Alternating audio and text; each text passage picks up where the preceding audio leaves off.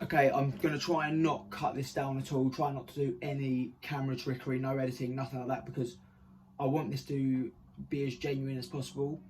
And you're probably wondering why the title of the video is 3 years to the day, and that's purely because today, 3 years ago, I tried ending my life. There's no beating around the bush, there's no hiding from it. That is pretty much what happened, and it's not something I'm proud of, but it's something that's happened, and it's something that I use to carry through for the rest of my life. And the reason I'm making this video is not to highlight that part of my life, but to highlight everything that I've done since, and basically compare how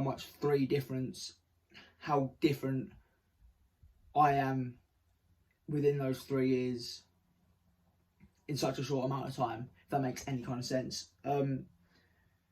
But when those events happened 3 years ago, my life was completely different. You know, I got no time off. I was busy 7 days a week. I'll be at school or work, and I never got any free time to essentially look after myself. And for months on end, there was no stop in my life. There was no break, and that's nobody's fault apart from my own, because I felt like I was never able to communicate that, and it's not anybody's fault. That's my fault, because I even to this day I have a fear of letting people down, but that's not a bad thing. That's just who I am, and there's nothing anyone can do to knock that. But I was working myself too hard to the point where I was burning myself out, and I think that resonated within all of my peers and everyone around me, because especially at school, where I would spend 5 days a week, I became dissociated with the world. I was disconnected. Everyone didn't want to be around me purely because of the negative energy that I bring. And back then I felt like I was being abandoned, but now I'm in a better mindset. I can see that, I mean, I completely understand how everything played out, really, but it was a really hard time for me. I was in constant arguments with my brother. I didn't know many people at work that much, to a point where I wanted to talk to anyone about it, and I saw my workmates as a new and fresh beginning, where I didn't want myself to leak in, and I wanted to be something that I'm not, and that is something I should have never done. But you know, being 17 at the time, my thought process was, if I try to be something I'm not and try to pretend to feel something that I don't feel, which was happy, then maybe that would start to manifest, and it never really did. But it just got to a point where I had nobody to fall back on. I was working myself too hard, and I was miserable. I was really miserable, and a lot of other things in my life weren't really going my way, and I saw no positive outcome. So that's how I came to the conclusion I did at the time, which was to overdose on medication and hospitalise myself and end myself, to put it bluntly. But you know, I've got to give a massive shout out to my family, my brother especially, for trying to knock some sense into me. My friend Jaskran and his friend as well, who came to my house, picked me up, pretty much forced me into their car, took me to hospital, because I was really stubborn and I did not want to move. And it wasn't because I couldn't physically move, it's because mentally I was prepared and I was ready to go, essentially.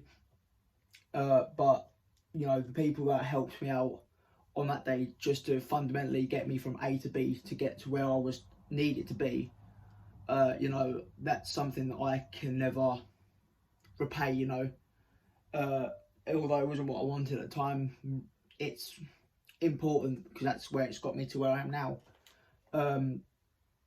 And I suppose I want to thank everyone that has been in my life since, you know, to help me get from the point I was to the point I am now, where I don't rely on any medication whatsoever.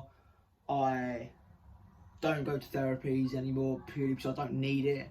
I don't need those kind of resources at the moment. But I know for a fact that if I was to ever need those sources again, I would go to them because they are so essential and so important. When I was, well, 3 years ago, let's say, I was on no medication. I wasn't aware of like the medications. I wasn't aware they were available to people of my age. I had no access to any therapies because I don't know, I felt like I wasn't at the level where I needed it. The only source of contact I had in that kind of industry, let's say, was my school counsellor, who was amazing as well. And my director of sixth form as well, she was amazing as well. But apart from that, I really didn't have much. But, you know, therapies, medication, whatever you feel like is the best way to deal with things, please do get that if you need it. Because although it's not the answer, it's a way to find the answer. Because, I mean, the results, you find the results. And if you feel like there's no end or no positive outcome, the best thing to do is just to wait, because if you go searching for something, you might go down the wrong direction and you might find the wrong thing. And that's what I was doing. I was beginning to find the wrong path, and although it's not extreme in comparison to some cases or a lot of the cases, I just allowed life to pretty much take me down the path it was supposed to take me, and it's got me to this point now where I'm still in the same job. I'm mentally stable, you know, I've got no issues whatsoever. I've got people around me that I know that I can rely on and trust when I need to, and I can confidently feel that they can do the same thing the other way around. And just everything in general is just a lot better for me now. I'm not the person for advice, and I'm never someone who can sit down one-to-one and give advice directly. But this video is being made purely so anyone who's not having the best of times, or anyone who's struggling, can just know and be aware that there are options, and there is always a way out. And whether you find it or whether it comes to you, it's there, and it will be there at some point. It may not be today, it may not be next week, it may take a few years like it did with me, but by the end of it, I think